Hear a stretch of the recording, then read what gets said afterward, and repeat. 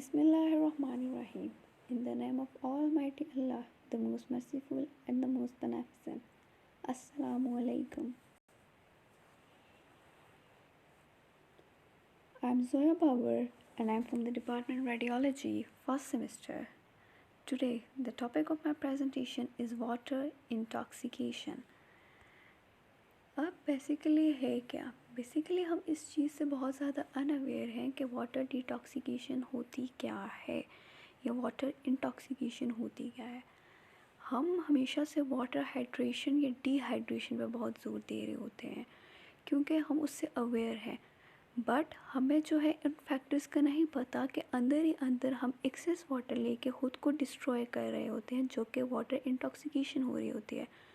Water intoxication को हम इस प्रेजेंटेशन में डीपली स्टडी करेंगे कि वाटर इंटॉक्सिकेशन होती क्या है, इसको पढ़ने का, इसको प्रेजेंट करने का क्या मकसद था, इसके कॉजेज़ क्या हैं, इसके सिम्टम्स क्या हैं, ये मैं बस बॉडी डिस्ट्रप्शन या बॉडी डिसफंक्शन कैसे कॉज करती है और इसके ट्रीटमेंट क्या है। First of all, let's have a look on it's definition. This is the consumption of excess water in a short time without electrolytes replacement within the body. अब जो है क्या होता है, वाटर इंटॉक्सिकेशन उसको कहते हैं जब हम वाटर को तो ज़्यादा ले रहे हैं, यानी कि इनपुट हम ज़्यादा ले रहे हैं और आउटपुट उसका कम है, और इस तरह कम है कि हमारी बॉडी के अंदर जो इलेक्ट्रोलाइट्स होते हैं वो into the cell and out of the cell जो है वो ट्रांसपोर्ट हो रहे होते हैं। जब हम वाटर को ज़्यादा ले रहे हैं और उसकी ट्रांसपोर्ट जो है बहुत कम टाइम में हो रही है, और कम टाइम में बहुत कम हो रही है, इवन के कभी कभी बिल्कुल भी नहीं होती, excess water in a short time without electrolyte replacement हो ही नहीं रही इलेक्ट्रोलाइट्स की, तो इस तरह वाटर इंटॉक्सिकेशन कॉज हो जाती है। Basically it is the condition characterised by great increase in water control of the body, कि हम जो है इनपुट ज़्यादा ले रहे हैं जबकि यूरिन आउटपुट हमारा कम है, और वो जो इनपुट हम ले रहे हैं वो वेस्ट इनपुट है, उसकी कोई ज़रूरत भी नहीं, उसके बावजूद हम वाटर को ज़्यादा ले रहे होते हैं और वो वाटर फ़िल्टर आउट हो ही नहीं रहा होता, हमारी किडनी का ग्लोमेरुलर फिल्ट्रेट जो है वो बन ही नहीं रहा होता, तो जिसकी वजह से वाटर इंटॉक्सिकेशन कॉज हो जाती है। अब there are other names of the water intoxication that are water poisoning, water intoxication, water toxemia, overhydration and hyperhydration. Hyper means ज़्यादा और hydration यानी कि अब हम ज़रूरत से ज़्यादा हाइड्रेट कर रहे हैं खुद को, तो वाटर इंटॉक्सिकेशन ही होती है। नाउ अब वाटर इंटॉक्सिकेशन को क्यों पढ़ रहे हैं, इसलिए पढ़ रहे हैं, फर्स्ट ऑफ ऑल ये दो केसेस हमारे सामने ही हैं, मुझे ये सर्च करके मिले थे, तो I want to share it कि on January 12, 2007 an event called hold your wee for a while leads to death of a contestant who drank about 7.5 litre. Normally बंदे को जो है वो 4 to 5 litre is enough for its hydration, for the body hydration. अब इस event में एक बंदा था, एक कंटेस्टेंट था जिसने 7.5 लीटर, अब ये रफली है, I don't know about how much time, ये कितने टाइम इसने इतना इनपुट लिया है, but this input is more enough to cause his और हर डेथ।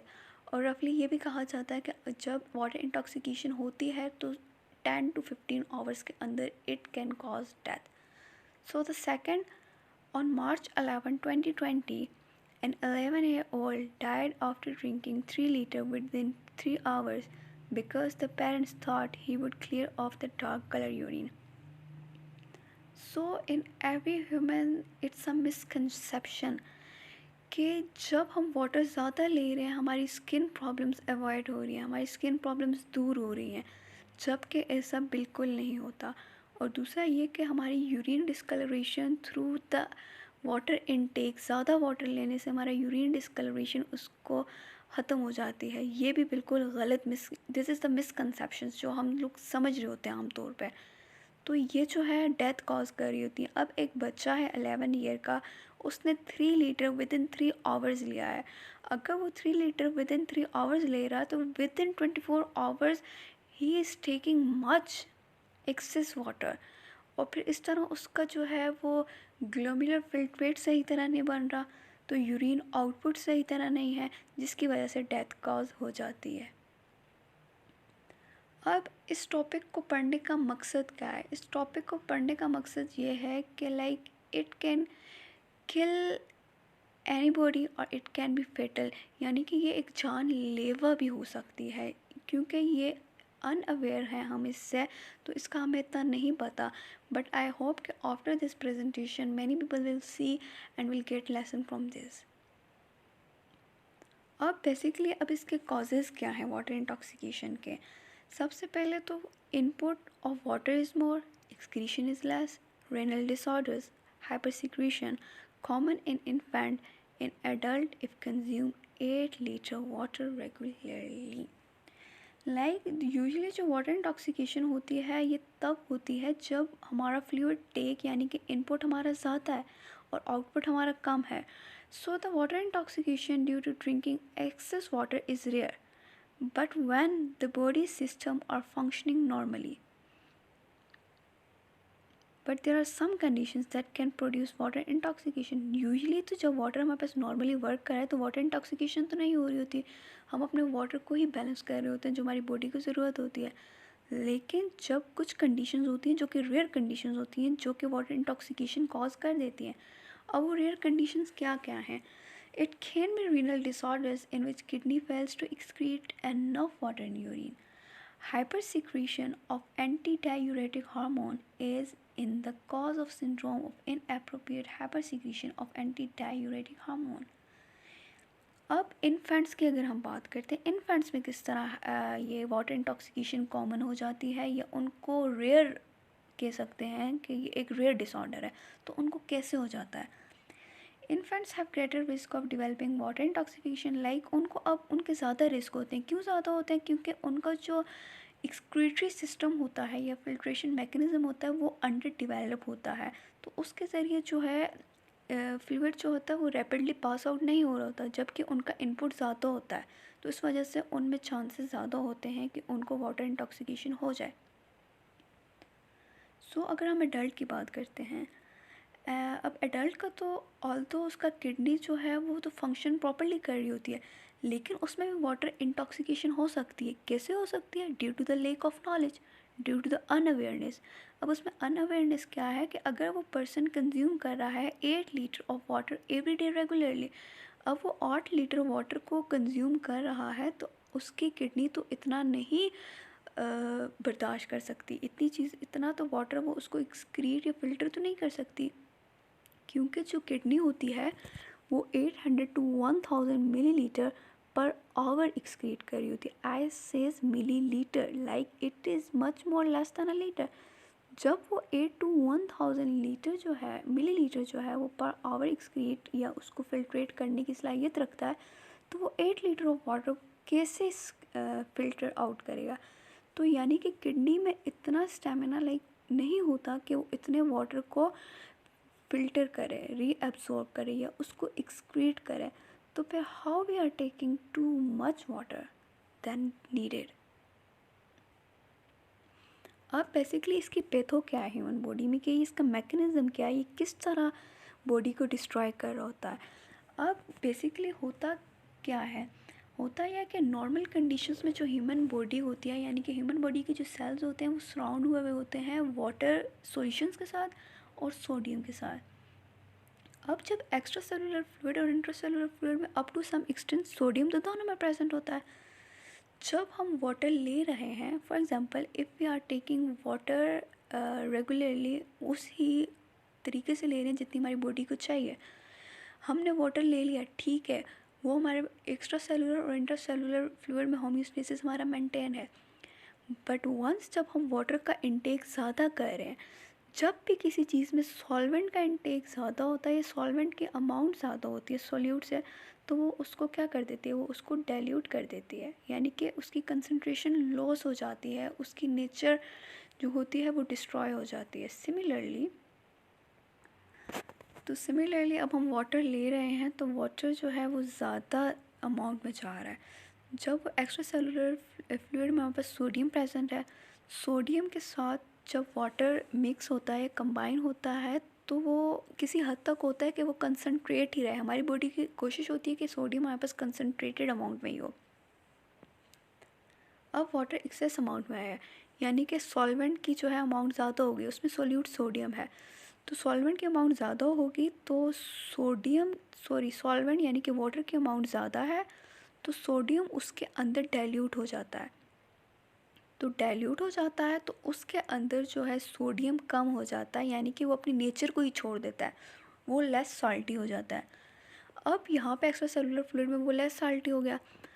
अब उसको होम्योस्टेसिस मेंटेन करना है, यानी उसको दोबारा कंसनट्रेटेड होना है। अब दोबारा कंसनट्रेटेड होना है और दोबारा अपनी ही नेचर को रिटेन करना है, यानी उसको साल्टी होना है। तो उसके लिए वो क्या करेगा कि वो जो वाटर होगा, जो उसे एक्सेस वाटर मिल रहा है, वो इंट्रासेलुलर फ्लूइड में चला जाएगा। जब वो इंट्रासेलुलर फ्लूइड में जाएगा तो अप टू सम एक्सटेंट जो है वो होम्योस्टेसिस को मेंटेन करेगा, लेकिन नहीं, वो इतना होम्योस्टेसिस मेंटेन नहीं करेगा कि सोडियम जो है वो अपनी ही नेचर को रिटेन कर ले, या तो वो दोबारा कंसनट्रेटेड हो जाए। तो यूँ प्रोसेस जब एक्सेस वाटर लेती जा रही है, बॉडी लेती जा रही है, इन एक्स्ट्रा सेलुलर फ्लूइड से इंट्रासेलुलर फ्लूइड में वाटर जा रहा है, एक टाइम आता है जहाँ पे जो हमारा बॉडी का जो सेल होता है वो इतना स्वेल अप हो जाता है। जब वो ज़्यादा स्वेल अप हो जाता है तो उसकी डिसफंक्शनिंग स्टार्ट हो जाती है। अब जब डिसफंक्शनिंग स्टार्ट हो जाती है तो हमारी बॉडी के अंदर कुछ सेल्स होते हैं जो कि फ्लेक्सिबल होते हैं। अब जो फ्लेक्सिबल सेल्स होते हैं वो तो वाटर यानी कि स्वेल सेल को बर्दाश्त कर देते हैं, वो उसको कर देते हैं, उसको लाइक डिस्ट्रॉय नहीं होने देते उस सेल को, जो फ्लेक्सिबल सेल्स होते हैं। लेकिन जो ब्रेन है, brain is the most affected organ या system that is destroyed first through water intoxication. अब क्यों? क्योंकि ब्रेन जो है वो कवर्ड हुआ होता है क्रेनियम से, और क्रेनियम हमारे पास हार्ड बोन्स होती हैं, वो तो फ्लेक्सिबल नहीं होती। अब जब वो फ्लेक्सिबल नहीं होती तो वाटर ब्रेन सेल्स के अंदर जब चला जाता है तो वो एक प्रेशर क्रिएट कर देता है। जब वो प्रेशर क्रिएट कर देता है तो प्रेशर जो होता है वो एक्सर्ट होता जाता है इंटरक्रेनियल बोन्स या नर्व्स पे। जब वो होता है तो वो ब्रेन के बहुत से डिसऑर्डर्स क्रिएट कर देता है, जिससे पूरी बॉडी डिस्टर्ब हो जाती है।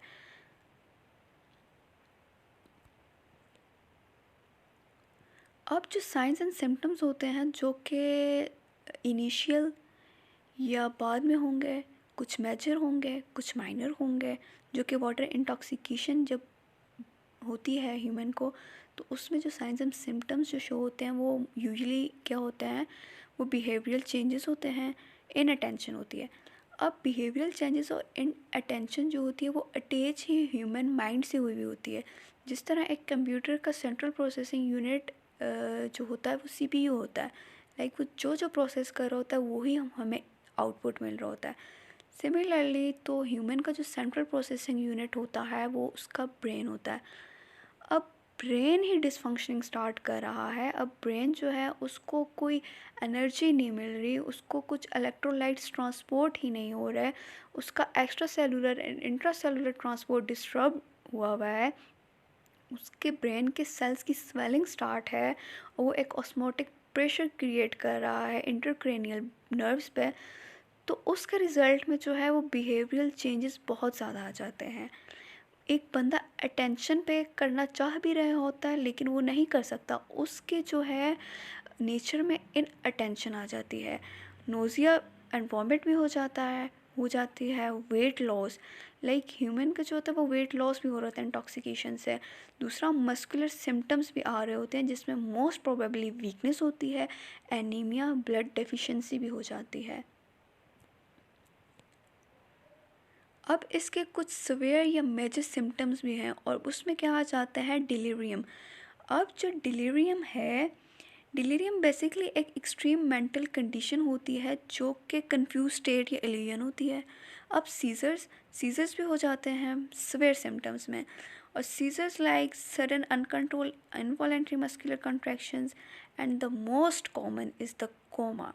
What is coma? It is a profound state of unconsciousness in which the person fails to respond to external stimuli and cannot perform voluntary actions.